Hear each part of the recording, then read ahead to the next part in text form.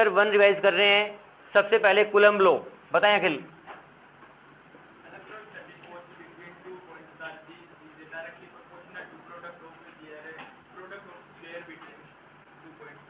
Formula K(Q1 Q2 by R²। Jyotika vector form में बताओ फटाफट। K(Q1 Q2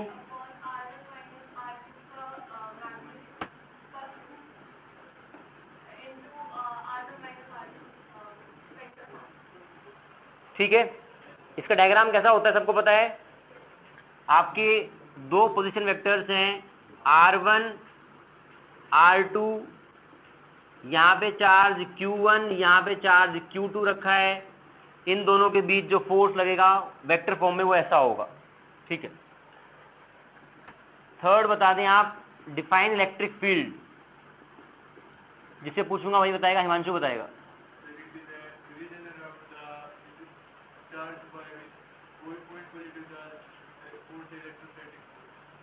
देखो इसमें आपको दो बात याद रखनी है।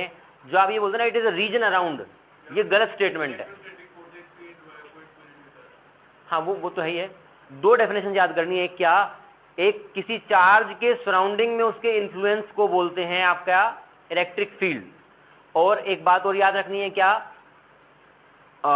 Electrostatic force experienced bye a unit positive charge is called electric field. दो बात याद रखनी है, एक तो इन्फ्लुएंस है और दूसरा फोर्स एक्सपीरियंस्ड बाय +1 चार्ज। ये दो बातें याद रखनी है।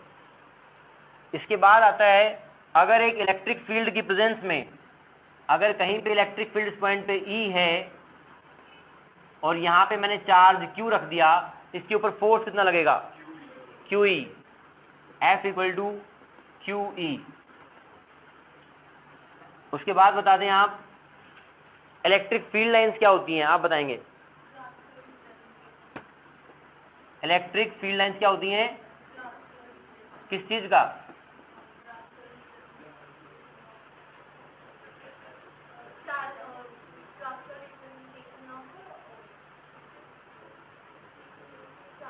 दिगंशी बताएं क्या होता है? किसका? हाँ, इलेक्ट्रिक फील्ड का ग्राफिकल रिप्रेजेंटेशन है। हमने कहा कि जो आपके चार्जेस गिवन है उसका इन्फ्लुएंस रहेगा उसको सराउंडिंग में। ये बड़ी क्वालिटेटिव बात है। ये अच्छे से विजुअलाइज करने के लिए इलेक्ट्रिक फील्ड का कॉन्सेप्ट लेके आएगा। तो हमने चार केसेस का बनाया था, प्लस चार्ज का, माइनस चार्ज का, प्लस प्लस का और प्लस माइनस का। फटाफट बना दें एक बार। 2 मिनट में चारों बनाने हैं, बहुत सुंदर नहीं बनाने,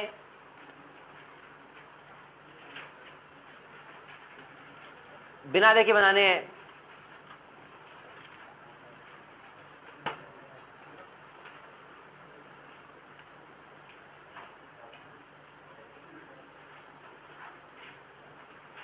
आदित्य आज घर पे बात कराएंगे मेरी, तभी कल क्लास में आएंगे।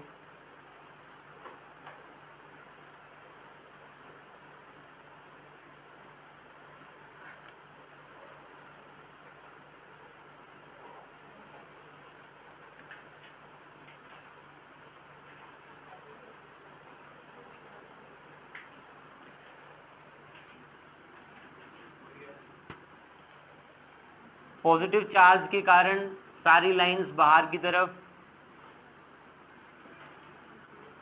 नेगेटिव के कारण सारी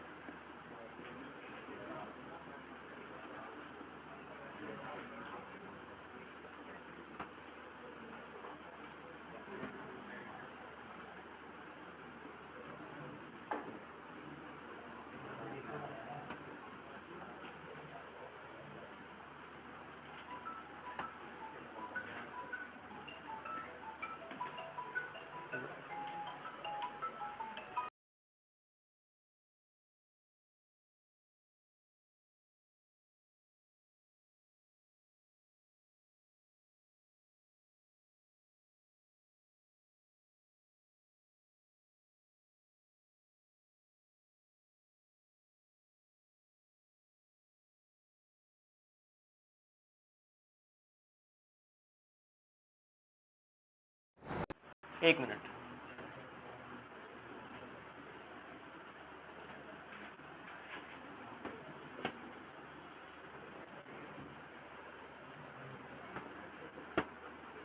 हाँ जी, बन गया सबका। हल्का सा आप चेंज कर लें, मैंने माइनस प्लस का थोड़ा अलग बनाया था, मतलब ऐसा ही था लगभग लगभग, बट ये कर्वेचर था ना, ये ऐसे बनाए थे, ये ऐसे है ना। क्या करें? नहीं, पहले के मुकाबले ये बिल्कुल ऐसे वैसा ही है लगभग लगभग, बस इस लाइन का कर्वेचर तब ऐसा बनाया था, अब ऐसा बनाया है। ये सही है, वो गलत था, ये सही है। अब तेरे को ये समझ में आएगा पहले वाले में इसमें अंतर क्या है, ये समझ में आएगा ना। अंतर समझ में आया क्या? देखो यहाँ जैसे कर्वेचर यहाँ पे क्या है, यहाँ पे लाइंस का कर्वेचर ऐसा है और वहां पे कैसा है, ऐसा है। तो ये इस केस में ये सही है, क्योंकि ये लाइंस घूम के यहां मिलने वाली हैं, तो कर्वेचर वैसा होगा तो वो नहीं मिलेंगी। इलेक्ट्रिक फील्ड लाइंस की कैरेक्टरिस्टिक बता दो, क्या क्या कैरेक्टरिस्टिक्स हैं? हाँ जी, इंटरसेक्ट नहीं करती, और क्लोज फॉर्म नहीं करती हैं, डज नॉट फॉर्म, नहीं फॉर्म करती हैं।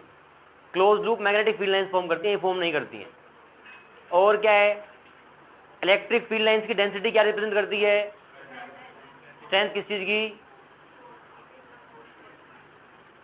इलेक्ट्रिक फील्ड की स्ट्रेंथ, इलेक्ट्रिक फील्ड की स्ट्रेंथ। ठीक है, तो इलेक्ट्रिक फील्ड लाइंस कर ली हमने।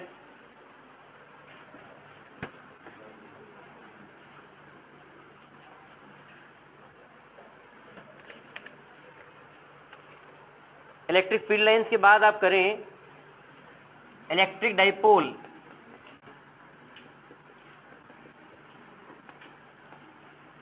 इलेक्ट्रिक डाइपोल को एक बार डिफाइन कर दें, अमन आप कर दें।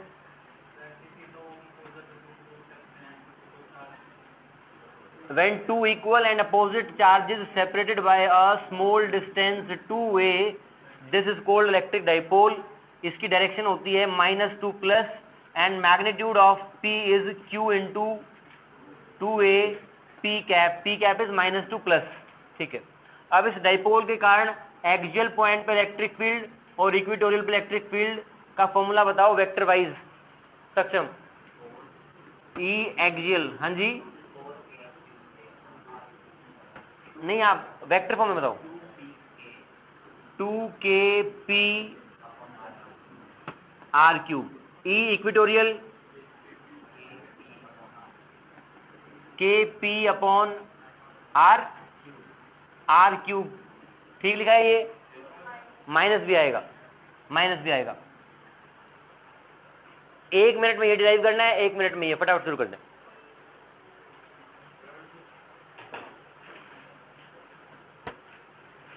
सुबह वाली क्लास में 1 मिनट में ड्राइव किया है सब कुछ, बहुत फास्ट हमने किया है, चैप्टर कंप्लीट।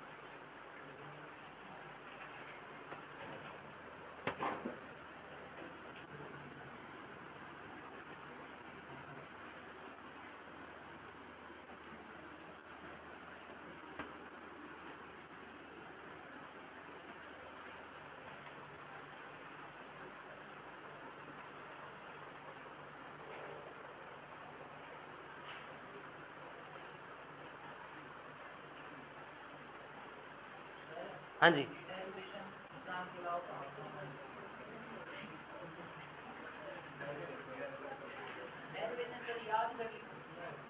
तो करो।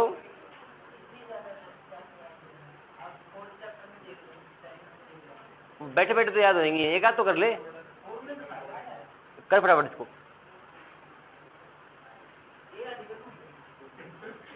अरे बापड़ा लिख तू, माइनस प्लस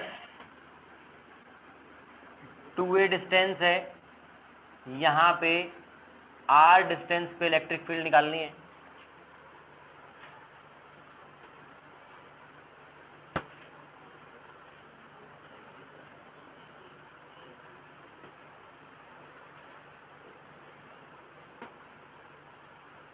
देख लें फटाफट एक बार, प्लस क्यू के कारण किस साइड रहेगी, उस साइड रहेगी, और वो ज़्यादा रहेगी, इसके कारण इस साइड रहेगी, वो कम रहेगी। तो net electric field will B के क्यू आर माइनस ए का होल स्क्वायर माइनस के Q by are plus A का होल स्क्वायर। के क्यू कॉमन आ जाएगा, इसके माइनस जब करेंगे तो ऊपर 4RA बनेगा, नीचे R माइनस ए का स्क्वायर आर प्लस ए का square. R is much larger than A can be neglected, R की पावर 4 बनेगी, एक कटेगी ऊपर से। K Q 4A by R cube, this can be written as 2KP by R cube खट। Similarly आपको निकालनी है इक्वेटोरियल माइनस प्लस, ये R है, ये आपका R डिस्टेंस, ये A, ये प्लस Q चार्ज है। यहाँ पे इलेक्ट्रिक फील्ड कितनी होएगी, इलेक्ट्रिक फील्ड विल बी के Q by R square plus A square. यहाँ कितनी होगी, इस साइड सेम ही रहेगी, सेम रहेगी, साथ में ये दोनों एंगल्स थीटा रहेंगे। अगर ये एंगल थीटा है तो ये भी थीटा रहेगा। इसका कंपोनेंट ई कोस थीटा, तो net E will be 2E cos theta।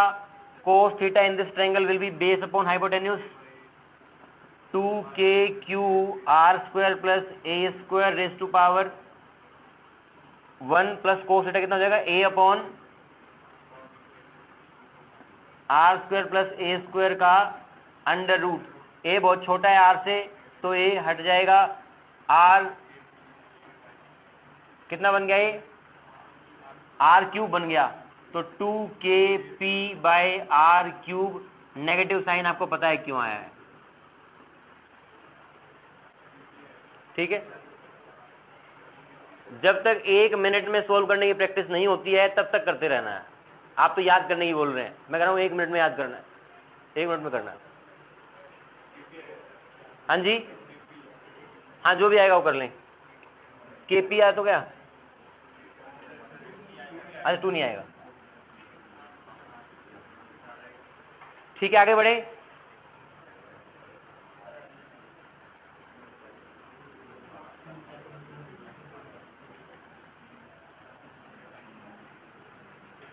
इसके बाद है आपका electric dipole in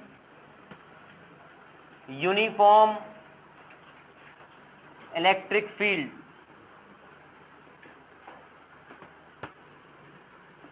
uniform electric field है आपका E, इसकी प्रेजेंस में यहाँ पे इलेक्ट्रिक डाइपोल P रखा है, तो उसके ऊपर नेट फोर्स कितना लगेगा, 0। F net is 0। Divyanshi, torque net कितना लगेगा, P cross E। P cross कैसे आया, P क्रॉस E कैसे आया, फटाफट डिराइव करें 1 मिनट में।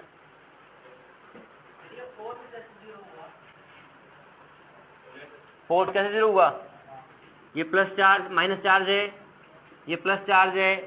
इलेक्ट्रिक फील्ड में अगर प्लस Q चार्ज रखा हो तो फोर्स लगता है F इक्वल टू QE। आप रियलाइज नहीं करके, इसका मतलब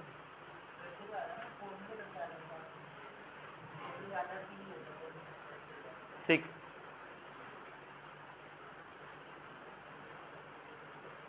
ऐसे कैसे हो गया,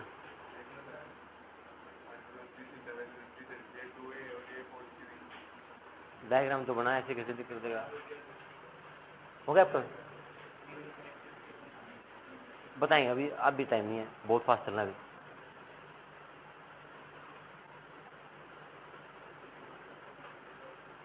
हो गया, हाँ जी। इधर कैसे करेंगे, इस पॉइंट, पहला point axis of rotation, R vector draw करो, F वेक्टर ड्रॉ करो, कर दिया। F वेक्टर की वैल्यू कितनी है, F इक्वल टू QE है मैग्नीट्यूड, R वेक्टर कितना है, R का मैग्नीट्यूड A है, ये एंगल कितना है, थीटा है, तो R क्रॉस F लेंगे तो आप कैसे बनेगा, R क्रॉस F अंदर की तरफ कितना, RF साइन थीटा, तो RF साइन थीटा हो जाएगा आपका QEA sine theta. Torque on plus, similarly यहाँ देखेंगे तो यहाँ पे आर ये बन गया, एफ ये बन गया, ये आर है, ये एफ है, थीटा है, सेम बनेगा, डबल कर देंगे, सेम डायरेक्शन में आएगा। तो torque net will be 2QE sine theta, two Q into A is dipole PE sine theta, P cross E। Stable equilibrium क्या होता है? हाँ जी, व्हाट इज स्टेबल इक्विलिब्रियम? आप बताएं आयुष।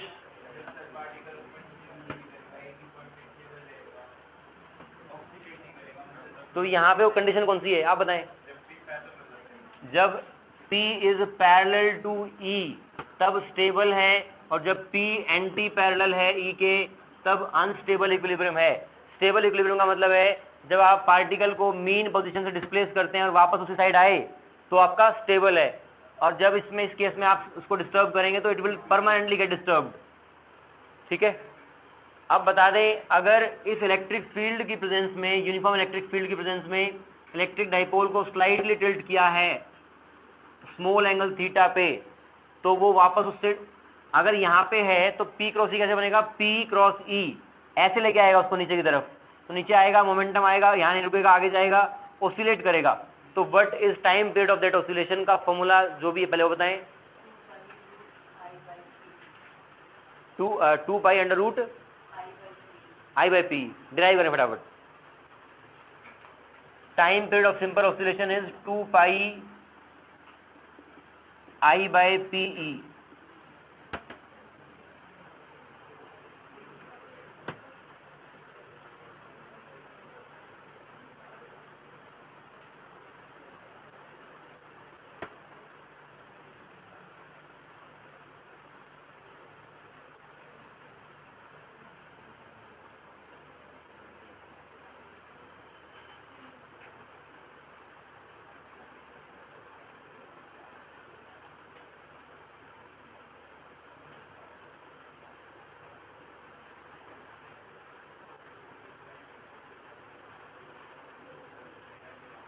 बैठ जाएं, बैठ।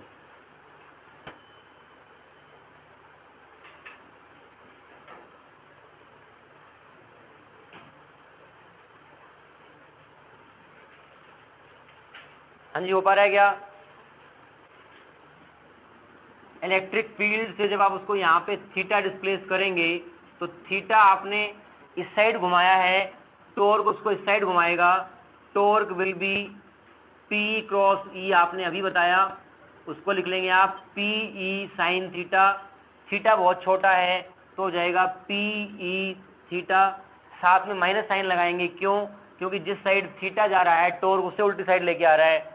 इसको लिख देंगे I अल्फा, तो ये माइनस PE, I को यहाँ ले आएंगे, I theta, alpha is double derivative of theta, तो आपका ये माइनस ओमेगा नॉट स्क्वायर बन गया, omega naught under root of this time period is 2 pi bye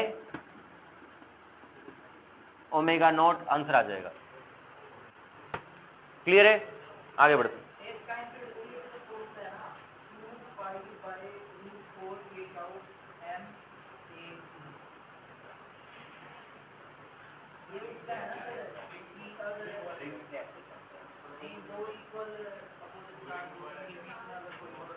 आप वो बात कर रहे हैं कि पूछो कुछ भी बताऊंगा भाई, नहीं आपने लिख रखा है वो किसी और का टाइम पीरियड है।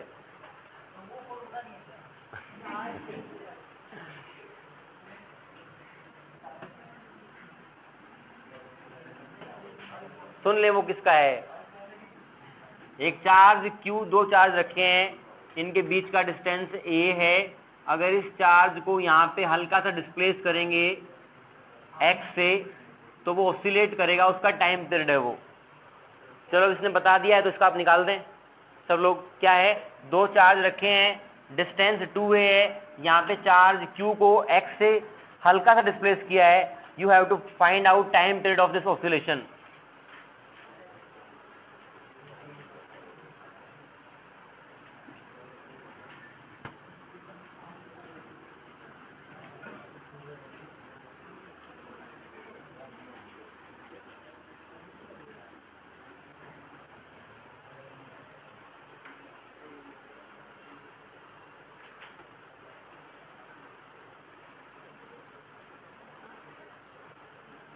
ट्राई करेंगे, बैठेंगे नहीं?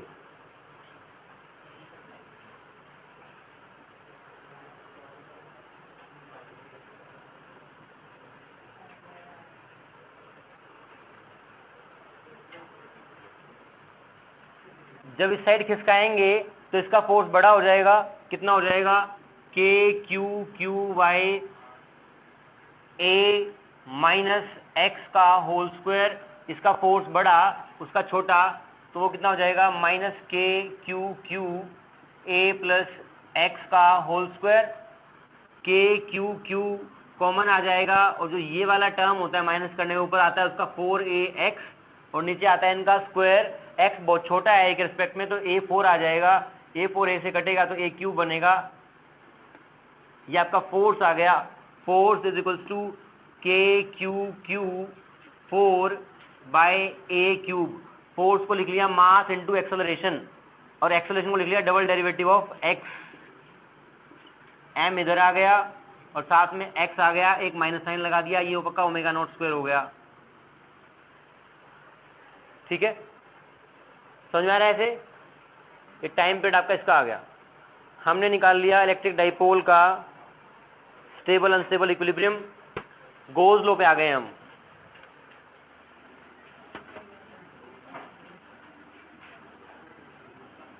प्रिया डिफाइन कर दो गोज लॉ क्या होता है?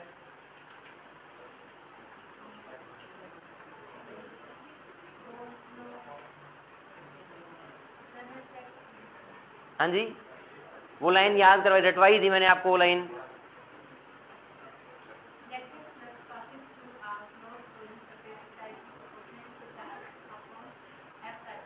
अब आपको याद है कि बताना क्या है?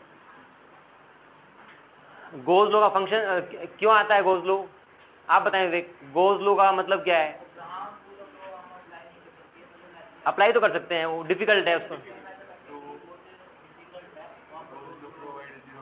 ठीक है, तो जो बात उन्होंने बताई वो रिपीट कर दें एक बार।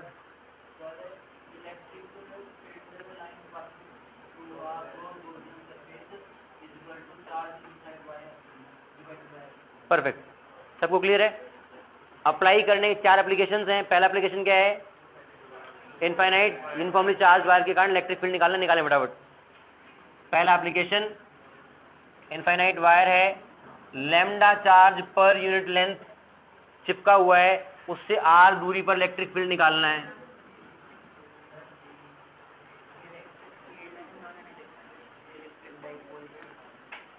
सब बता दूंगा अभी, आज अभी कुछ नहीं बता सकता, अलग से बताना पड़ेगा। हाँ हाँ हाँ, 1 घंटे में समेटना है सब।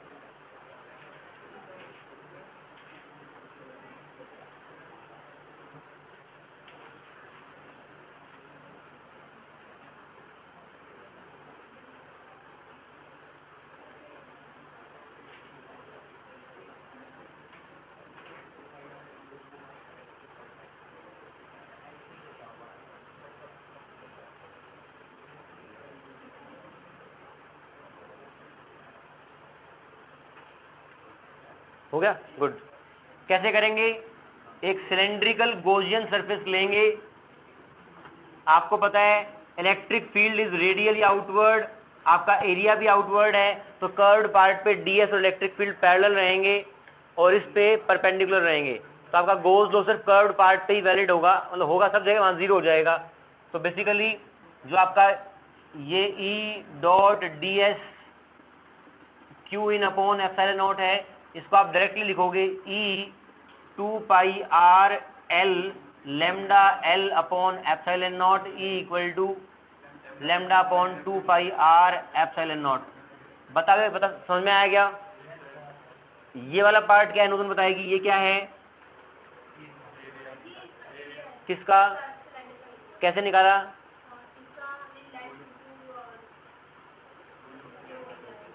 सिलेंडर को कट करके खोल दिया, रेक्टेंगल बन गया, 2 पाई r लेंथ और ये वाली length l, 2 pi r into l। ठीक है ना? क्यू इन ये कैसे आया? आप बताएं रितेश, आप ओके कह रहे थे। क्यू इन ये लैम्डा l कैसे आया? लैम्डा है क्या चीज? चार्ज है, चार्ज। लैम्डा उल्टा वाई है, बस बोल दो उल्टा भाई जी, है जी। हाँ, चार्ज पर यूनिट लेंथ है, ठीक है, charge per unit length lambda है, इनटू एल करेंगे तो अंदर अंदर का चार्ज आ जाएगा लैम्डा एल। अगला निकालें, एक इनफाइनाइट शीट है, चार्ज चिपका हुआ है सिग्मा कूलम पर मीटर स्क्वायर, इलेक्ट्रिक फील्ड निकालना है उससे आर दूरी पे।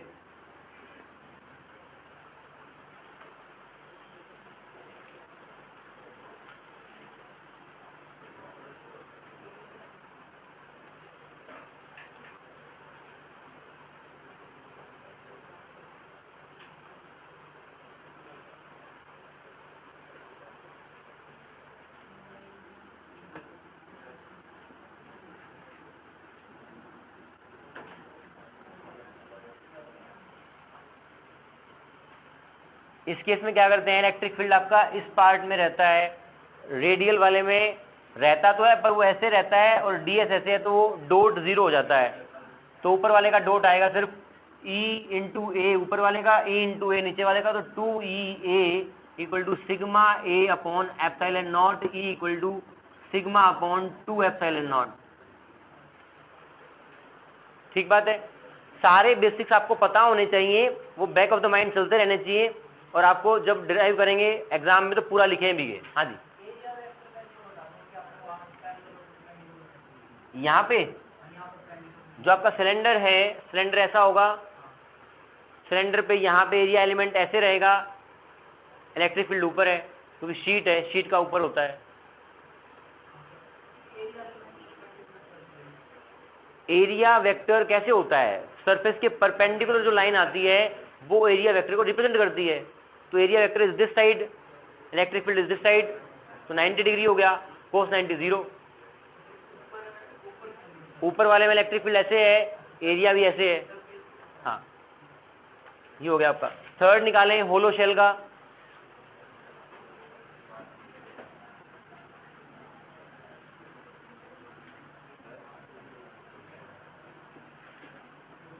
Uniformly charge Q of radius R, electric field inside as well as outside। Inside में 0 होगा, आउटसाइड में डिराइव करना है, डिराइव करें।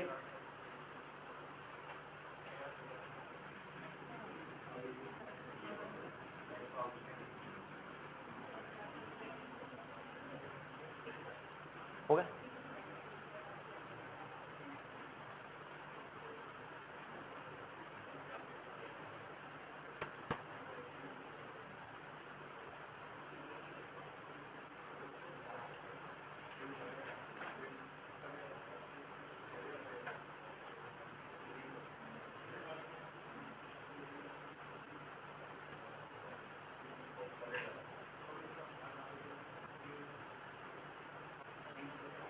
हाँ जी, हो गया। आप मुझे बता दें, जो फर्स्ट पार्ट जब डिराइव किया तो उसमें आपने गॉसियन सरफेस अंदर लिया होगा, अंदर लिया है, तो इस पॉइंट पे, फॉर एग्जांपल इस पॉइंट पे आपने इलेक्ट्रिक फील्ड किस साइड माना, रेडियली। रेडियली क्यों माना ये समझा दें। A hollow shell can be considered as rings, ये रिंग से बना हुआ आप मान सकते हैं इसको ऐसे, और रिंग का इलेक्ट्रिक फील्ड आपको पता है उसकी एक्सिस के अलोंग होता है, तो इस साइड वाले रिंग्स का भी अलोंग रहेगा, इस साइड वाले का भी, तो जो भी बड़ा होगा वो रहेगा रेडियली, तो इलेक्ट्रिक फील्ड रेडियली रहेगा, एरिया भी रेडियली है, तो E D S is always parallel. तो आप सीधा E into 4 pi R square, Q inside यहाँ पे 0 है, तो 0 upon epsilon naught, electric field is 0। बाहर निकालेंगे तो E into 4 pi R square, Q upon epsilon naught, electric field is Q upon 4 pi epsilon naught R square. Hollow shell के अंदर में इलेक्ट्रिक फील्ड हमेशा 0 रहता है, और बाहर ऐसे रहता है जैसे कि सारा चार्ज सेंटर पे कंसंट्रेटेड हो। अगर ग्राफ बनाएंगे E वर्सेस R का, E वर्सेस R का, R से पहले 0 और फिर आपका ऐसे घटता है। Fourth case, last case, solid sphere है, चार्ज Q डिस्ट्रीब्यूटेड है यूनिफॉर्मली, आपको इलेक्ट्रिक फील्ड निकालना है अंदर और बाहर, निकालें फटाफट।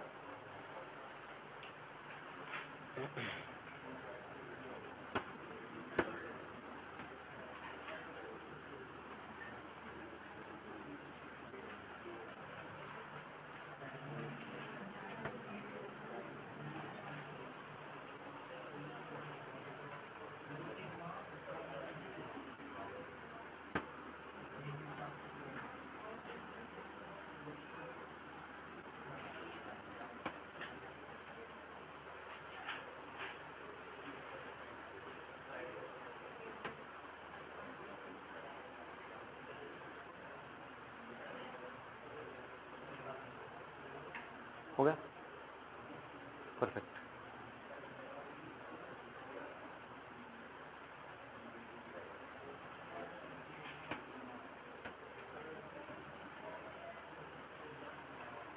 हाँ जी, देख लें, इलेक्ट्रिक फील्ड रेडियल रहेगा तो E और ds पैरेलल रहेगा। सिंपली आप लिख देंगे E इंटू 4πr²। यहाँ पे इसके अंदर चार्ज कितना रहेगा? अगर टोटल चार्ज Q है तो ये वाला चार्ज Q r³ रहेगा। ये सबको निकालना आ गया क्या? Q r³ into small r³ upon epsilon naught. इसको सोल्व करेंगे, r² से आ जाएगा। Electric field will be Q upon 4π ε0 r³r। और जब बाहर वाला निकालेंगे तो E इंटू 4πr², वहाँ पे पूरा चार्ज अंदर में ही रहेगा तो Q upon ε0। Electric field is Q upon 4π ε0 r²। ये आपका इलेक्ट्रिक फील्ड अंदर, ये बाहर, बाकी सारी चीज कांस्टेंट है, ओनली r इज वेरिएबल। तो electric field will increase linearly, r से पहले तक लीनियरली इंक्रीज करेगा, फिर आपका डिक्रीज करेगा। इलेक्ट्रिक फील्ड वर्सेस r का ग्राफ ये बनेगा। क्लियर है इतना? अब निकाल दें आप electric field due to a uniformly charge ring. एक आपकी यूनिफॉर्मली चार्ज रिंग है, उसकी एक्सिस पे इलेक्ट्रिक फील्ड निकालना है, डिराइव करना है।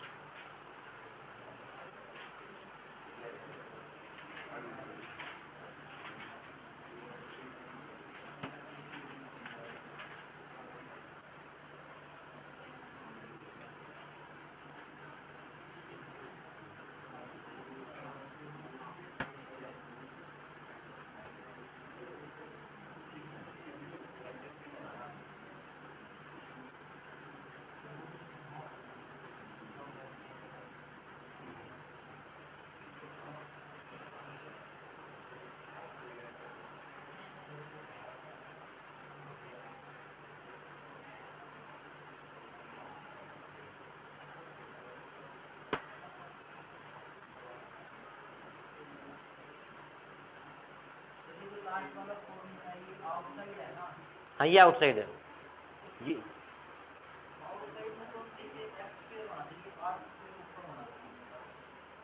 हाँ जी, नहीं यही आता है।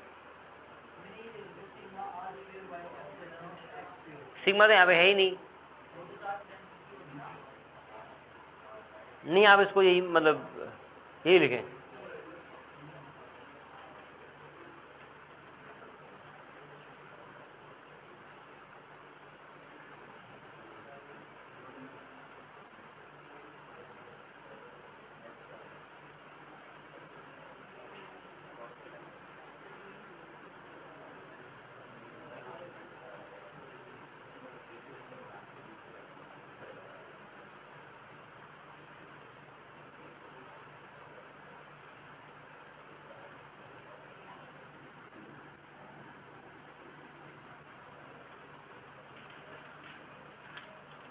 हमें एक पॉइंट चार्ज के कारण इलेक्ट्रिक फील्ड निकालना आता है, पर यहाँ पे चार्ज यूनिफॉर्मली डिस्ट्रीब्यूटेड है।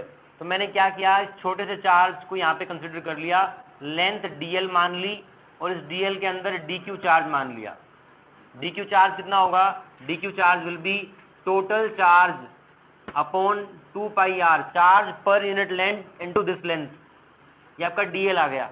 इस dq चार्ज के कारण यहाँ पे इलेक्ट्रिक फील्ड ऐसे रहेगी, उसको मैंने de बोल दिया। de will be k dq by, इसको बोल दिया r, kq बाय r²। क्या यहाँ पे मैं एक और चार्ज एलिमेंट ऐसा ले लूँ तो उसके कारण इलेक्ट्रिक फील्ड ऐसे रहेगी de? हाँ जी, यस, ये वाला एंगल थीटा मान लूँ तो ये भी थीटा रहेगा, तो इन दोनों का नेट क्या आएगा 2DE cos theta, DE dash 2DE cos theta, DE ये रहा 2k/r², DQ वहाँ से निकाल लूँ मैं q/2πr dl, और कोस थीटा की value cos theta in this triangle, हाँ जी x नहीं ये x है ना, शायद ये x upon r, x upon r। अब आप देख लें,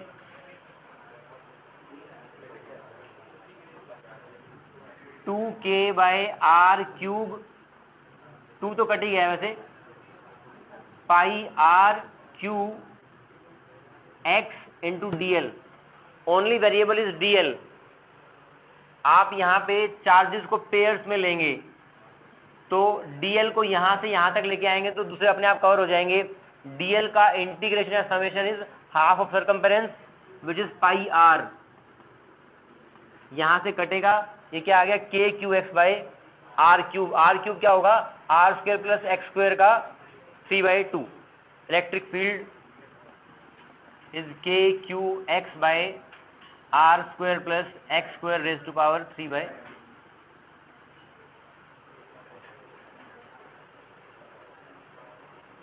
चैप्टर खत्म। और इसमें ऐसा नहीं है कि कुछ छूटा हो, ये कंप्लीट चैप्टर है। इसी पेज से अगर आप खुद भी रिवाइज कर पाएँ घर पे तो बहुत चीज़ें शानदार हो जाएंगी।